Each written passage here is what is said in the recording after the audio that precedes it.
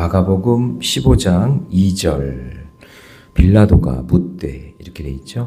자, 우리 힘차게 샤우팅합니다. 시작.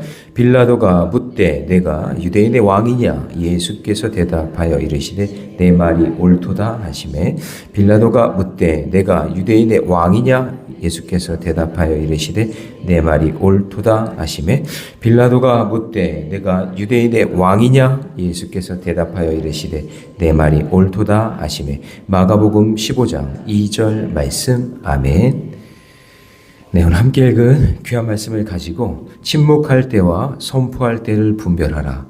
침묵할 때와 선포할 때를 분별하라 라는 제목으로 하나님 말씀 함께 나누겠습니다.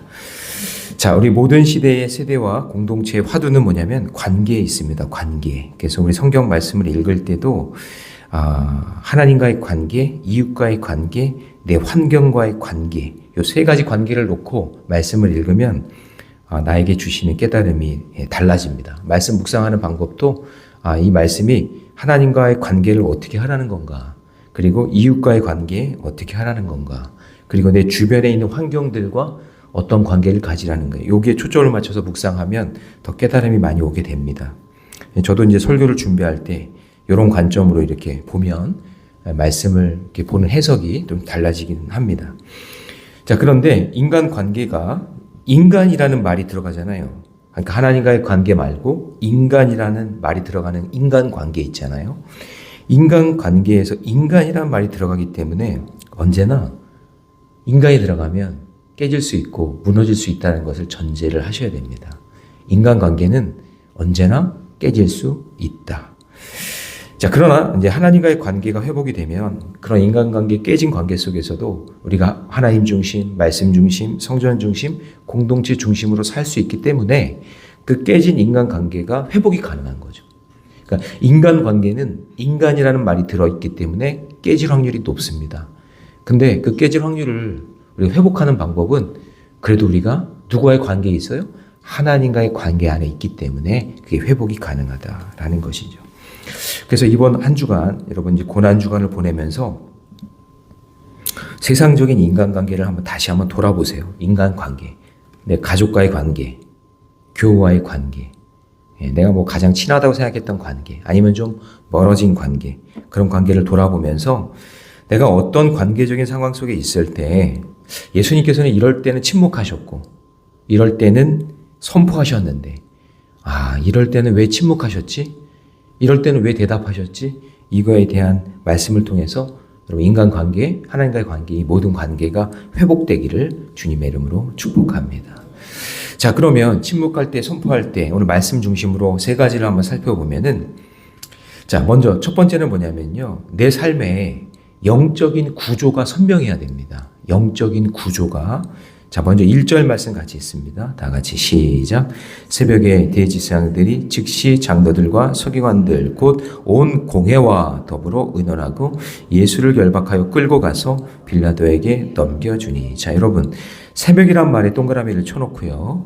그 다음에 공회라는 말에 한번 동그라미를 한번 쳐놔보세요. 여기 이제 공회라는 말 자체가 이제 히브리 말로 사네드린이라는 뜻이에요. 사네드린. 그러니까 사네드린 공회라고 하는데 이 말은 두 번 말한 거예요. 공회를 두 번 말한 거예요. 그러니까 공회라는 뜻이 뭐냐면 사네드린이라는 뜻이에요. 근데 여기가 이제 구성되어 있는 사람이 71명인데 대제사장, 장로, 율법학자, 그러니까 그때 당시에 지식인들, 그리고 능력 있고 그리고 실질적인 어떤 권력이 있는 사람들이 이 안에 들어가 있었어요. 71명으로 구성되어 있어요. 근데 이게 예수님 탄생하시기 전부터, 기원 전부터 예루살렘에 있었던 아주 합법적인 기관이죠. 종교, 사법, 행정 등 이런 것들을 위해서 아주 최고의 의결 기구가 이제 사네드린입니다. 근데 이 당시에 이제 공회는요, 원래 해가 뜬 후에 모여야 돼요. 해가 뜬 후에 모이는 기관이란 말이에요. 그런데 이들이 예수님을 죽이기 위해서 언제 모여요? 새벽에 모여요. 그러니까 자기들끼리 빨리 결정해 버리려고. 그러니까 이게 여기서부터 불법이죠. 여기서부터 불법이에요. 그러니까 여러분 잘 보세요. 생명을 살리는 모임이 되어야 하는데 생명을 죽이는 모임으로 불법적으로 모이기 시작하는 거죠. 여러분 잘 보세요. 우리에게는 오늘 이 새벽이 하나님의 음성을 듣는 은혜의 시간인 줄로 믿습니다. 네, 근데 그들에게는 이때 이 새벽은요, 예수님을 죽이기 위해 죄 짓는 새벽이 되는 거죠. 그러니까 여기 새벽에라고 돼 있죠. 여기서부터 불법이에요. 그래서 결국 불법적인 모인 이들이 예수님을 합법적으로 죽이기 위해서 의논한 게 뭐냐면 빨리 빌라도에게 넘기자. 로마의 총독이니까 로마의 지금 통치 아래 있기 때문에 로마의 법으로 통과시키면 예수 그리스도를 죽일 수 있다. 예수 죽일 수 있다라는 것을 산헤드린에서 새벽부터 모여가지고 그거 의결한 거예요. 그래서 빌라도에게 넘기게 되는 겁니다. 자, 그러니까 새벽부터 모여가지고 그들이 회의한 건 뭐예요?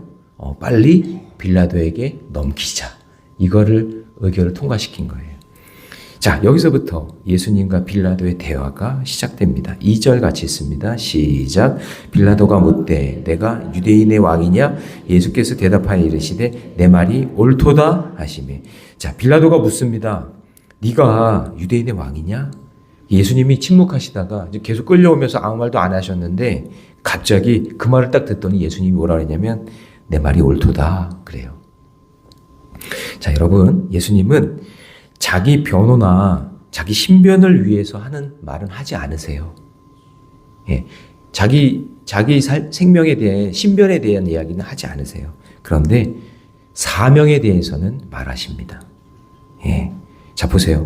네가 유대인의 왕이냐? 그렇죠. 왕의 사명을 감당하기 위해서 오신 거죠. 이거에 대해서는 내 말이 옳도다 딱 얘기하세요. 자, 여러분 적용 질문 드려봅니다. 내가 속한 모임은 생명을 살리는 모임입니까? 죽이는 모임입니까? 여러분들이 언제 모이든 상관없어요. 속회로 모이든 뭐 여성교회로 모이든 교회에서 모이든 세상적인 모임이든 모든 모임인데 그 모임이 살리는 모임인지 죽이는 모임인지를 한번 잘 생각해 보세요. 내가 입으로 혹시 교회에서의 모임이든 어떤 모임인데 내가 누구를 비방하거나 누구를 욕하거나 죽이는 말을 하고 있다면 그게 여러분 산해되기인 거예요. 여러분, 우리가 모였을 때 우리 영적 구조가 하나님을 예배하고 하나님을 섬기고 생명을 살리는 구조로 예배를 드리는 구조로 그런 구조가 우리 교회 안에 있었으면 좋겠습니다. 모이기만 하면 욕하고 모이기만 하면 누구 죽이는 얘기나 하고 그거는 영적인 구조가 죽이는 모임인 거예요. 생명을 살리는 모임으로 바꿔지기고 그리고 그 모임이 있을 때마다 사람들이 살아나는 마음이 상처받고 힘든 새가족이 왔을 때 속회나 선교에 왔을 때 살아나고 회복되는 역사가 있기를 바랍니다. 그게 살리는 구조 안에 있는 영적인 구조 안에 있어야 된다라는 거죠. 두 번째는 참된 예배를 드리는 영적 구조의 삶을 살고 있는가라는 거죠. 네, 여러분 우리 교회 모든 모임이 생명을 살리는 영적 구조 안에 있기를 주님의 이름으로 축복합니다. 그러면 침묵할 때와 말할 때가 구분이 돼요. 이 말은 하지 말아야지. 생명 살리는 말이니까 이 말을 해야지. 이게 된단 말이죠. 자, 두 번째. 침묵할 때와 선포할 때를 분별하라면요.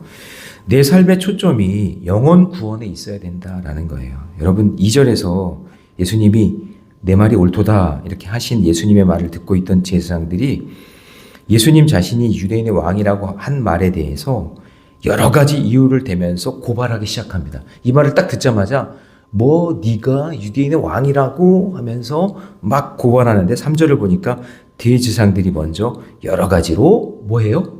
고발하는지라 그냥 이 사람 저 사람이 네가 어떻게 유대인의 왕이냐 하면서 막 떠들어대기 시작한 거겠죠. 그러자 그 말을 듣고 있던 빌라도가 이렇게 얘기해요. 4절 같이 읽어볼까요? 시작. 빌라도가 또 물어 이르되 아무 대답도 없느냐? 지금 이게 뭐예요? 지금 예수님이 네가 유대인의 왕이냐? 네 말이 옳도다. 그랬더니 대제사장들이 막 늑대알같이 달려들어서 막 고발하기 시작하는 거예요. 근데 빌라도가 보니까 예수님이 아무 말도 안 하는 거예요. 그러니까 아무 대답도 없느냐? 그들이 얼마나 많은 것으로 너를 지금 고발하는지 봐라. 지금 너를 욕하고 막 그냥 너를 비난하고 하는 이거를 봐라. 근데 너 왜 아무 말도 없냐? 지금 침묵하고 있는 거죠. 그래서 여러분 사실 빌라도는 예수님이 내가 유대인의 왕이라고 말할 때 그렇지 않은 이유를 여러 가지로 고발하는 자들에게 뭔가 예수님이 변명하고 뭔가 증명해 주기를 원하는 마음으로 지금 빌라도가 말하는 거란 말이에요. 지금 여러분 이 짧은 말 속에서 지금 이 심정을 잘 아셔야 돼요. 지금 빌라도는 나름대로 예수가 유대인의 왕이라고 말했으니까 그거를 증명해 주기를 원하는 거예요. 그러나 예수님이 보세요. 5절 같이 있습니다. 다 같이 시작. 예수께서 다시 아무 말씀으로도 대답하지 아니하시니 빌라도가 놀랍게 여기더라. 그거에 대해 자기 변명, 자기 살 길에 대한 변명을 하는 거에 대해서는 아무 말도 하지 않으니까 빌라도가 그걸 보고 놀라는 거예요. 여러분 보통 죄를 지었어도 우리 죄를 졌다 그러면 비싼 변호사를 고용해가지고 자기 변명을 늘어놓는 그런 그게 상식 아니에요? 그렇죠? 세상은 그렇게 상식이잖아요. 근데 예수님은 아무런 변명을 하지 않으니 이 모습에 사람들이 다 놀라는 거죠. 우리는 예수님이 침묵하신 이유 잘 알고 있잖아요. 여러분 예수님 왜 침묵했어요? 이거 모르면 이 지금 고난 주간의 의미가 없는 거예요. 예수님 충분히 변호할 수 있죠. 자기 증명할 수 있잖아요.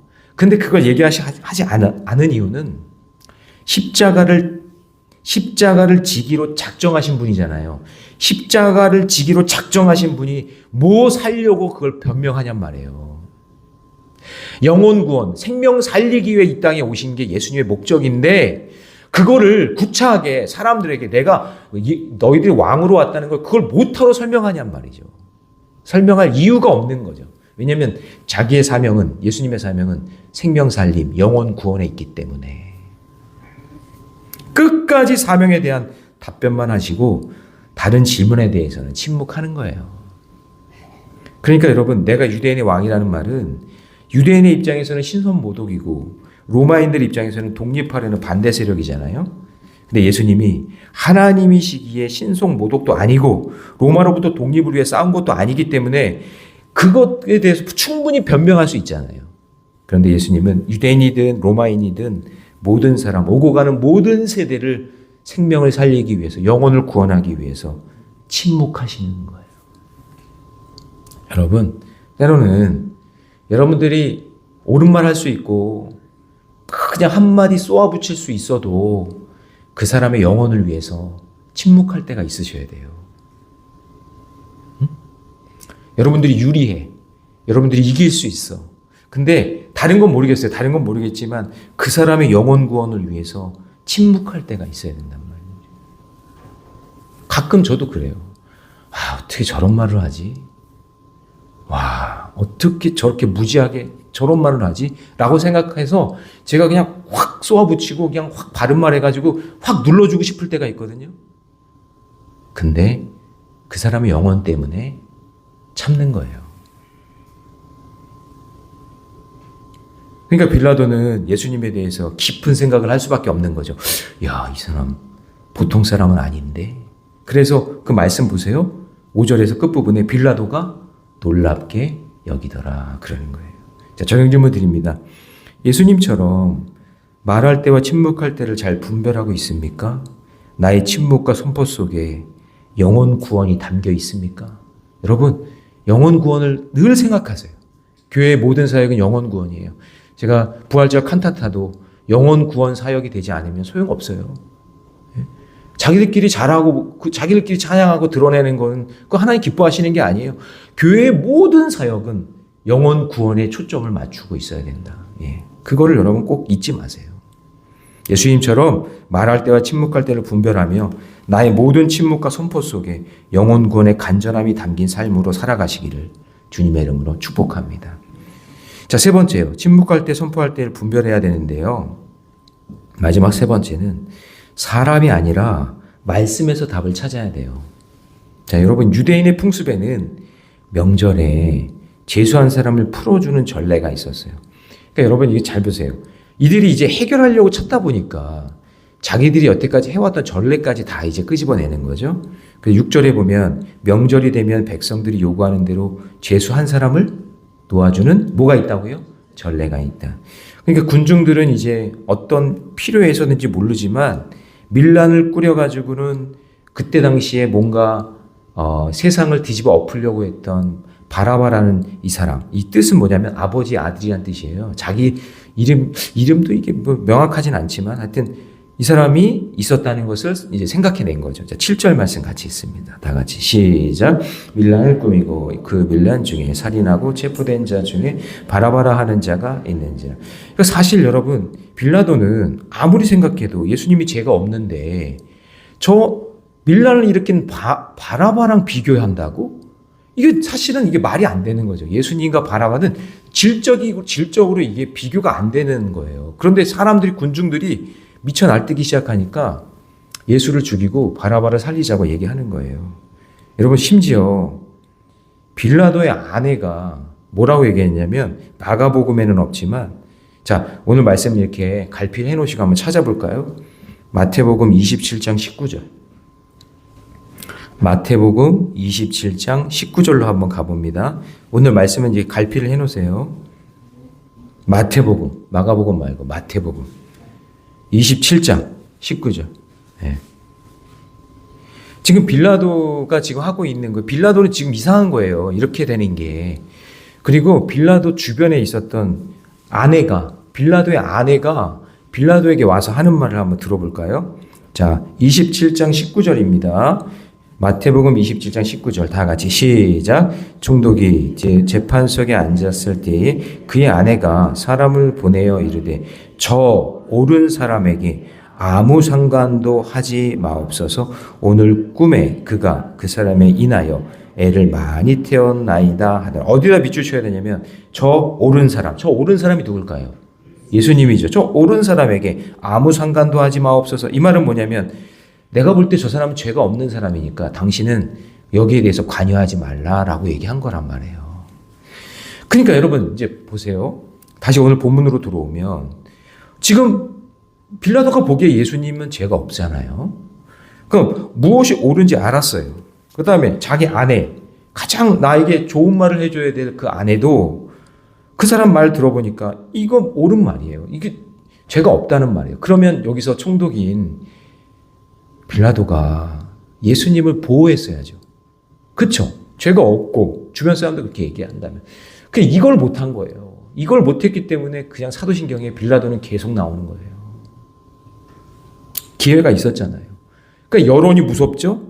그러니까 사람들이 무서워서 옳은 결정을 하지 못하고 해야 될 말을 하지 못한 거죠. 그러니까 여러분 어떤 말을 해야 될지 하지 말아야 될지 해야 될지 이거를 잘 분별해요. 무조건 침묵이 아니라 사명을 위해 생명 살리는 일에 대해서는 말을 해야 되고 그렇지 않은 일에 대해서는 침묵해야 되는데 반대로 생명 살리는 일에 대해서는 침묵하고 죽이는 일에는 말하고 이렇게 있다는 그 얘기예요. 그러면서 사람들에게 민심을 얻으려고 하는 말이 9절입니다. 오늘 본문 9절 다 같이 시작. 빌라도가 대답하여 이르되 너희는 내가 유대인의 왕을 너희에게 놓아주기를 원하느냐 하니. 그러니까 이 말은 뭐예요? 사람들이 구원자 예수님보다 살인자 바나바를 요구하니까 11절 같이 있습니다. 시작. 그러나 대제사장들이 무리를 충동하여 도리어 바나바를 놓아달라 하게 하니. 그러니까 여러분 이게 지금 말도 안 되는 상황인 건지 아시겠죠?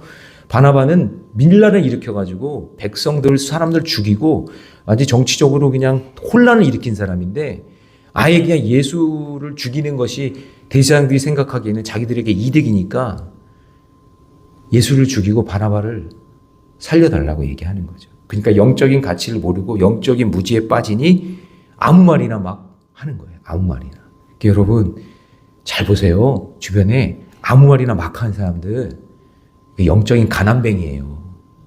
그런 사람 멀리 하세요. 막말하는 사람 있죠. 조심하셔야 됩니다. 생각 없이 막말하는 사람. 진짜 불쌍한 사람이에요. 그러니까 여러분 자녀들 배우자 선택할 때도 우리가 영적인 가치를 모르면요. 믿음 가치 다 버리고 바나바를 선택한다니까요. 인기 있는 사람, 유명한 사람, 돈 있는 사람, 능력 있는 사람. 그러니까 눈에 보이는 것만 추구하면 정말 중요한 영적인 걸 놓쳐요. 진짜 영적인 걸 놓치. 그래서 무너지는 거예요. 그래서. 여러분 뼛속까지 죄인이 인간이 모여 있으니까 여러분 뼛속까지 죄인이 인간은요. 그냥 돈 많고 시간 많으면 죄만 져요. 죄만 져요. 올바른 판단을 못 해요. 그러니까 여러분 내 삶이든 내가 속한 모임이든 예수님이 계시지 않으면 사람의 말에 솔깃해서 악하고 음란한 세대에 따르게 되어 있기 때문에 그러므로 여러분 사람이 아니라 먼저 하나님의 말씀을 듣는 우선순위가 있기를 주님의 이름으로 축복합니다. 네. 그래서 내가 말씀을 선포하면서 관계 속에 말씀을 던지고 적용하다 보면 그 말씀이 나의 삶의 디딤돌이 되고 그리고 그 말씀을 통해서 내 인생이 변화되기 시작하는 거예요. 네. 자, 적용 질문 드립니다. 내 마음과 눈에 자주 들어오는 바나바는 누구입니까? 네. 말씀은 멀리하고 사람에게서 답을 얻으려는 것은 무엇입니까? 여러분 내 마음과 눈을 사로잡는 바나바를 내려놓고 말씀을 멀리한 채 사람에게서 답을 구하던 모든 태도 버리고 이제 오직 주님의 말씀만 붙들고 살아가셔서 여러분이 어느 때에 침묵해야 되는지 그리고 어느 때에 선포해야 되는지 그것을 잘 깨닫는 저와 여러분 되시기를 주님의 이름으로 축원합니다. 기도하겠습니다. 사랑의 주님, 우리가 침묵해야 할 때와 선포해야 할 때를 분별할 수 있는 지혜를 허락해 주옵소서. 오늘 우리의 삶 속에 영적인 구조가 분명히 세워져서 흔들리지 않는 믿음에 서게 하여 주시고 무엇보다 영혼 구원에 초점을 맞추어 말과 행동이 생명 살리는 통로가 되게 해 주옵소서. 사람의 소리가 아니라 주님의 말씀에서 답을 찾는 믿음의 사람으로 살게 하여 주시고 오늘 하루 사람이나 어떤 상황 속에 있을 때에 막말하는 인생이 되지 말게 하여 주시고 어떨 때 생명 살릴 때 선포해야 될 말씀 어떤 상황에서 침묵해야 되는지 그것을 잘 깨닫는 지혜를 허락해 주옵소서. 이 모든 말씀 우리 주 예수님의 이름으로 기도하옵나이다. 아멘.